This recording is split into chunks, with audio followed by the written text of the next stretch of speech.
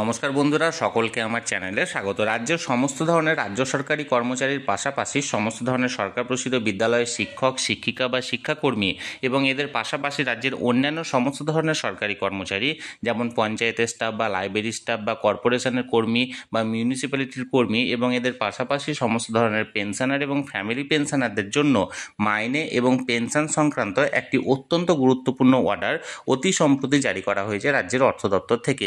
কি সেই অর্ডারে কি কি বলা হয়েছে সকল কিছু আজকের ভিডিওতে বিস্তারিতভাবে আলোচনা করব।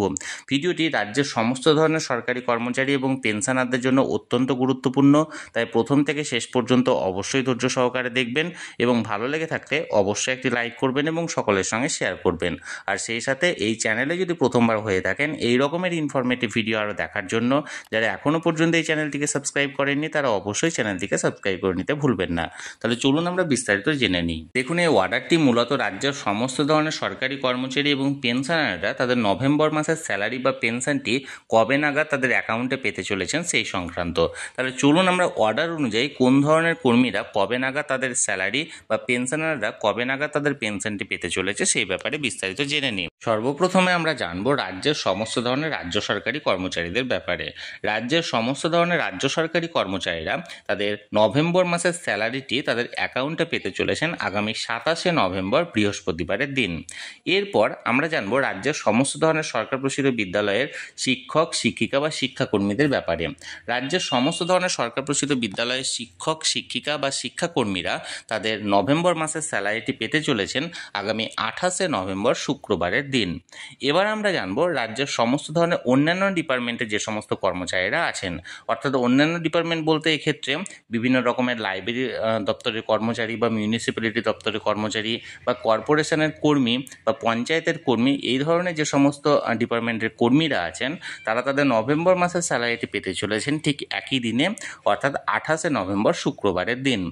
এবার রাজ্যের যে সমস্ত পেনশনার বা ফ্যামিলি পেনশনাররা আছেন সেই সমস্ত পেনশনার বা ফ্যামিলি পেনশনাররা তাদের নভেম্বর মাসের পেনশনটি বা ফ্যামিলি পেনশনটি পেতে চলেছেন আগামী 1 ডিসেম্বর সোমবারের দিন। এবার আমরা জানবো রাজ্যের সমস্ত ধরনের কন্ট্রাকচুয়াল কর্মী বা সমস্ত ধরনের এসএসকে বা এমএসকে বিদ্যালয়ের শিক্ষক, শিক্ষিকা এবং এদের পাশাপাশি রাজ্যের সমস্ত ধরনের প্যারা টিচারদের ব্যাপারে। রাজ্যের সমস্ত ধরনের কন্ট্রাকচুয়াল কর্মী, এসএসকে, এমএসকে বিদ্যালয়ের শিক্ষক, শিক্ষিকা এবং প্যারা টিচারদের অ্যাকাউন্টে তাদের নভেম্বর মাসের স্যালারিটি ক্রেডিট হতে চলেছে আগামী 1 ডিসেম্বর সোমবারের দিন। এবার রাজ্যের যে সমস্ত মানবিক প্রকল্পগুলি আছে এই সমস্ত প্রকল্পের উপভোক্তারা তাদের নভেম্বর মাসের টাকাটি পেতে চলেছেন আগামী 4 ডিসেম্বর থেকে আগামী 8 ডিসেম্বরের মধ্যে, অর্থাৎ জেলা ওয়াইজ এটি ক্রেডিট হবে। জেলা ওয়াইজ যে সমস্ত বিভিন্ন জেলার মানে যে সমস্ত উপভোক্তারা আছেন তাদের অ্যাকাউন্টে বিভিন্ন ডেটে ক্রেডিট হবে, কিন্তু এটি 4 ডিসেম্বর থেকে 8 ডিসেম্বরের মধ্যে ক্রেডিট হয়ে যাওয়ার কথা আছে। তাহলে বন্ধুরা, এই সংক্রান্ত যে অর্ডারটি জারি করা হয়েছিল এই অর্ডার অনুযায়ী রাজ্যের সমস্ত ধরনের রাজ্য সরকারি কর্মচারীরা পেতে চলেছেন আগামী 27শে নভেম্বর বৃহস্পতিবারের দিন তাদের অ্যাকাউন্টে স্যালারি। রাজ্যের সমস্ত ধরনের সরকার প্রসূত বিদ্যালয়ের শিক্ষক, শিক্ষিকা বা শিক্ষাকর্মী এবং অন্যান্য সমস্ত ধরনের সরকারি কর্মচারীরা পেতে চলেছেন আগামী 28শে নভেম্বর শুক্রবারের দিন। রাজ্যের সমস্ত পেনশনার বা ফ্যামিলি পেনশনাররা পেতে চলেছেন 1 ডিসেম্বর সোমবারের দিন। রাজ্যের সমস্ত ধরনের এসএসকে বা এমএসকে বিদ্যালয়ের শিক্ষক, শিক্ষিকা, প্যারা টিচার এবং কন্ট্রাকচুয়াল কর্মীরা পেতে চলেছেন 1 ডিসেম্বর সোমবারের দিন এবং বিভিন্ন মানবিক প্রকল্পের উপভোক্তারা তাদের নভেম্বর মাসের টাকাটি পেতে চলেছেন আগামী 4 ডিসেম্বর থেকে 8 ডিসেম্বরের মধ্যে।